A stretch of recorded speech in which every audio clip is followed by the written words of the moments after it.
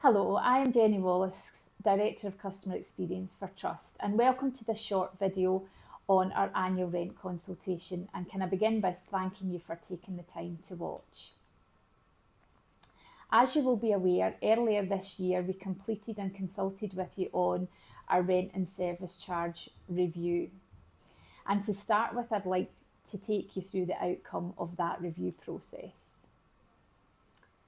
So after consulting with you all, 70% of our customers voted in favour of the changes that we proposed through the rent and service charge review. And all of those changes were approved by Trust Board in July 2025. And I'll take you through the key changes of what that means. Previously in Trust, we had three different rent structures, so this review allowed us to combine all of those into one single rent and service charge structure, making it much more straightforward for all concerned. The rent charges that we charge will reflect property size, type and features. And features are things like extra bathrooms and gardens. Previously, your rent was only based on property size. We have also changed how we do on-site staff costs, grounds maintenance and cleaning charges. They used to be included as part of your rent, but we have now separated them out and tiered some of them to better reflect the services you receive and to give you better visibility of what you're paying for. The tiered charges introduced for heat with rent are based on property size. It used to be one single flat charge regardless of property size, but this has changed to better reflect where you live. Our meals charge and our cleaning costs now include specific staff costs for delivery of the service. Again, some of those charges used to be part of your rent, but they are now completely separated out so that they more accurately reflect the service you receive. And all of the charges have been reviewed and reset in line with actual costs.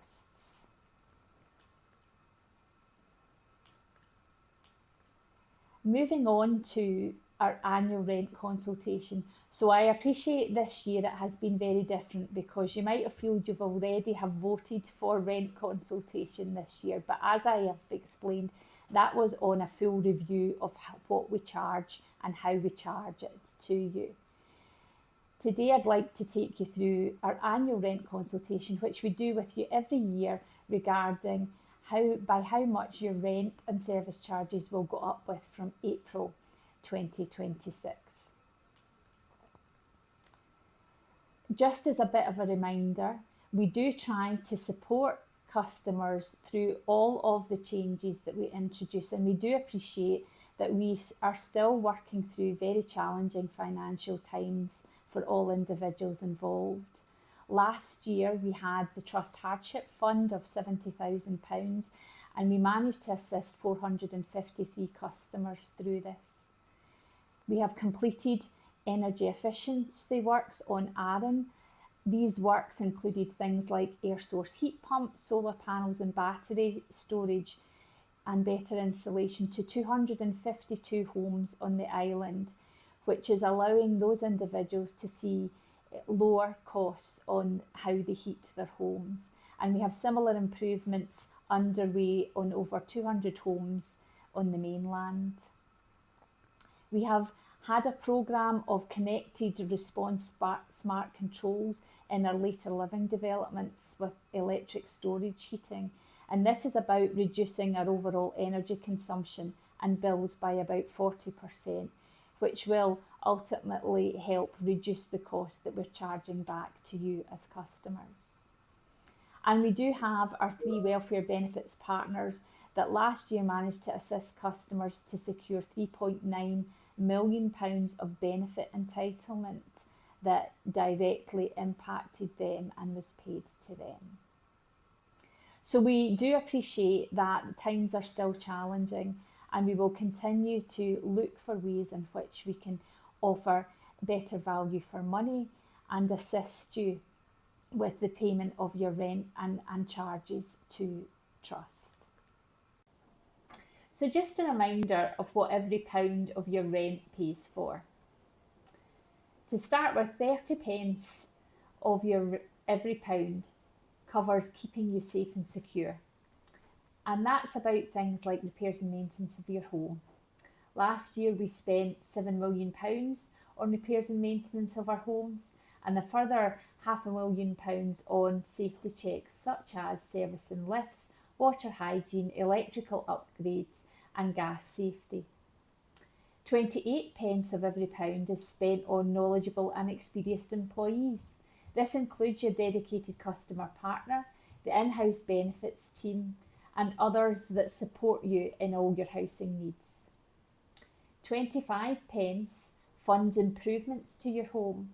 So last year, 345 homes had smart heating controls fitted, 252 new heating systems and insulation, 119 had smart lighting.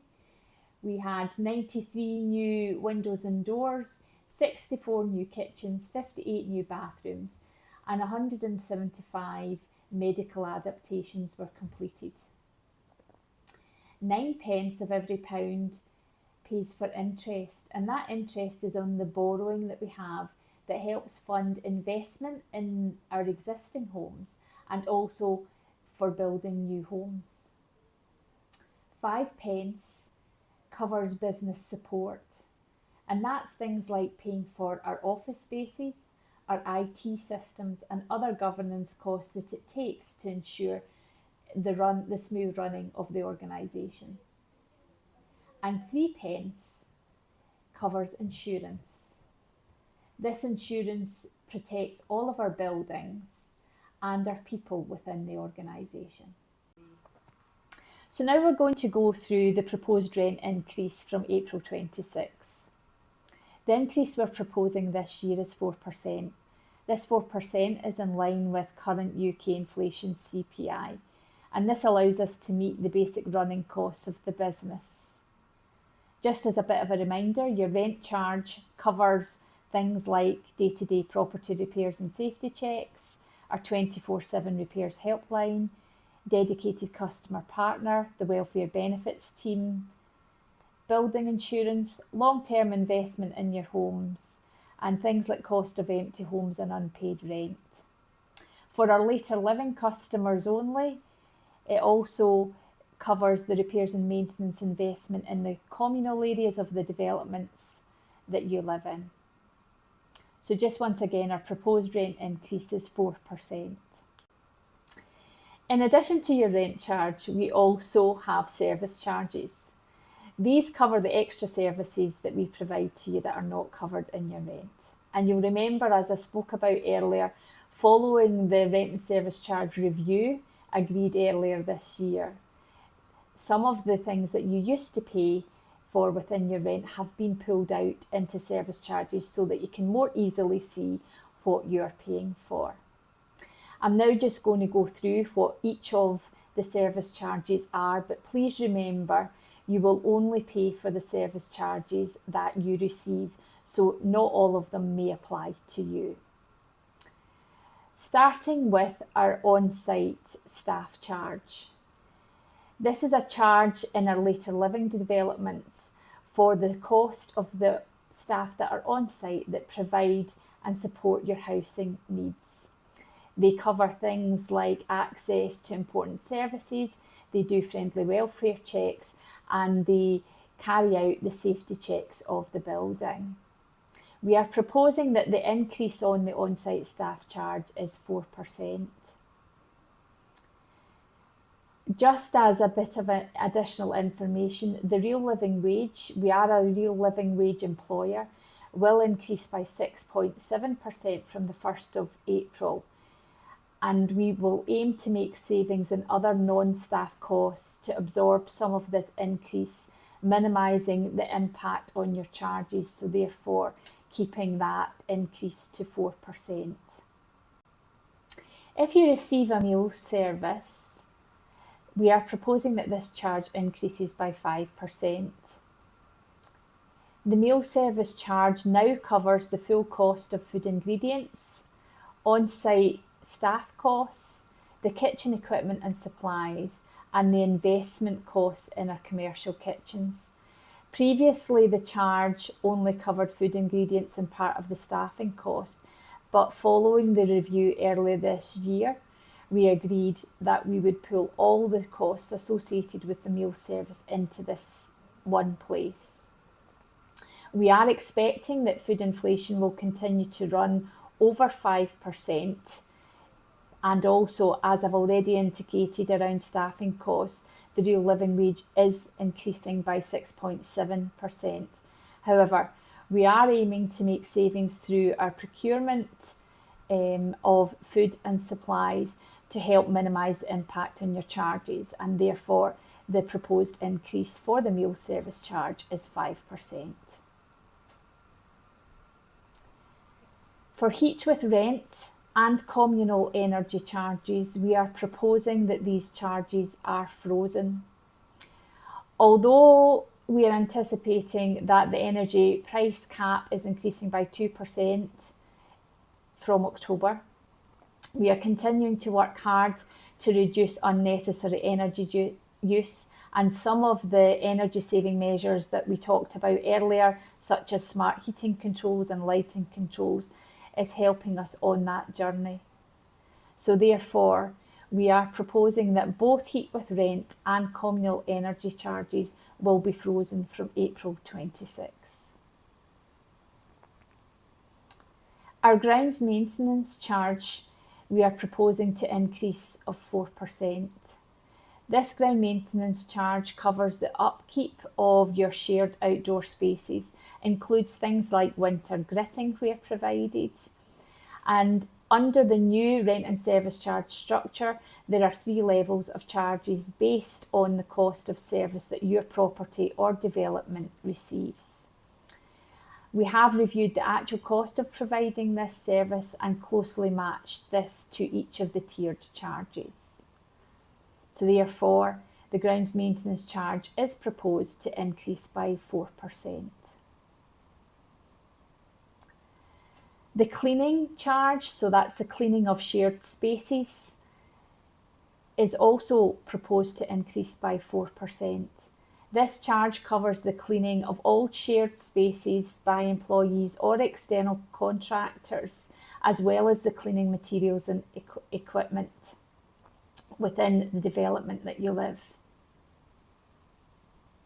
Again, where the cleaning is taking place with trust staff, the real living wage will increase by 6.7%. However, we are still only proposing a 4% increase on this charge.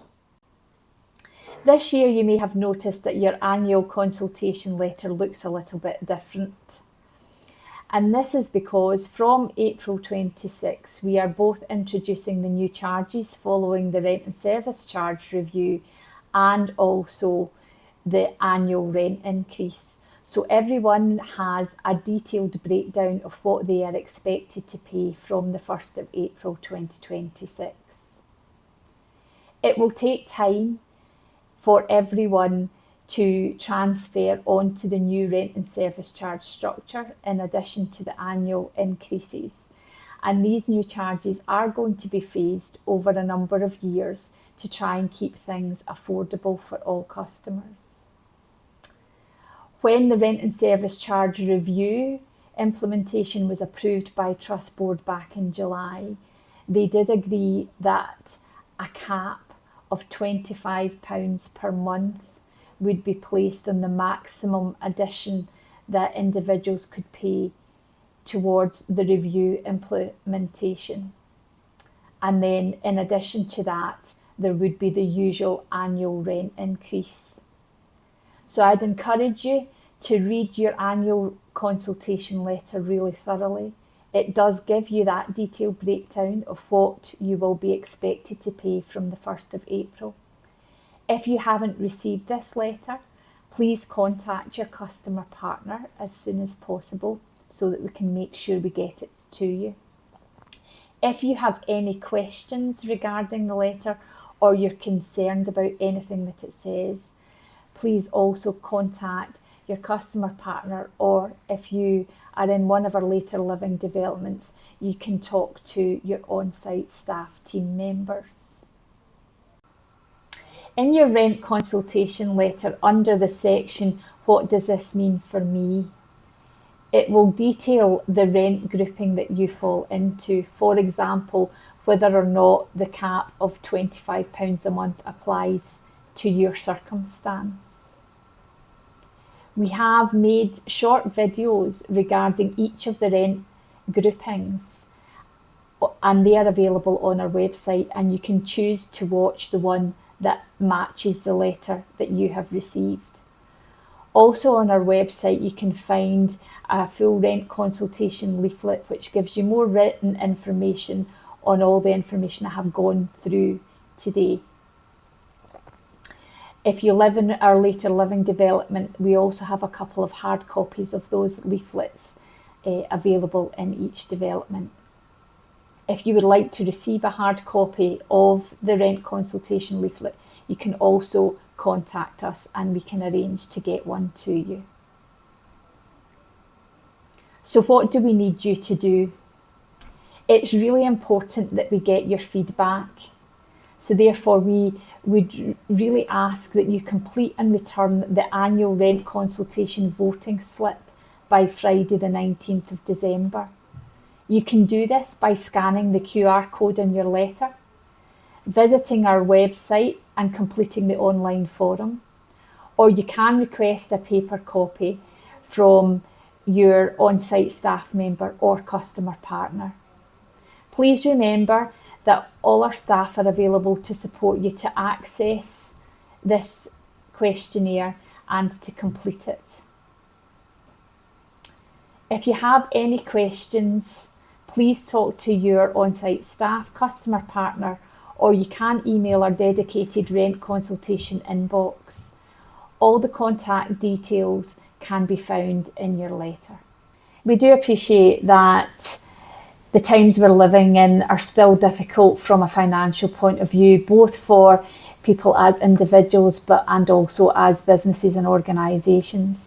And we are working hard to try and keep things as affordable as we possibly can for our customers. However, if you are at all concerned regarding the payment of your rent or service charges, I would urge you to contact your customer partner or your on-site team if you're in one of our later living developments. They would be really happy to assist you. Next year we do have an increased hardship fund. We also have our 3 welfare benefits partners who can support individuals to make sure that you're getting all the help you need in the payment of your rent and other costs. So please do get in touch with us. We don't want anybody sitting worrying about this. We would really rather you contacted us, and we will do everything we can to support you in whatever way we can.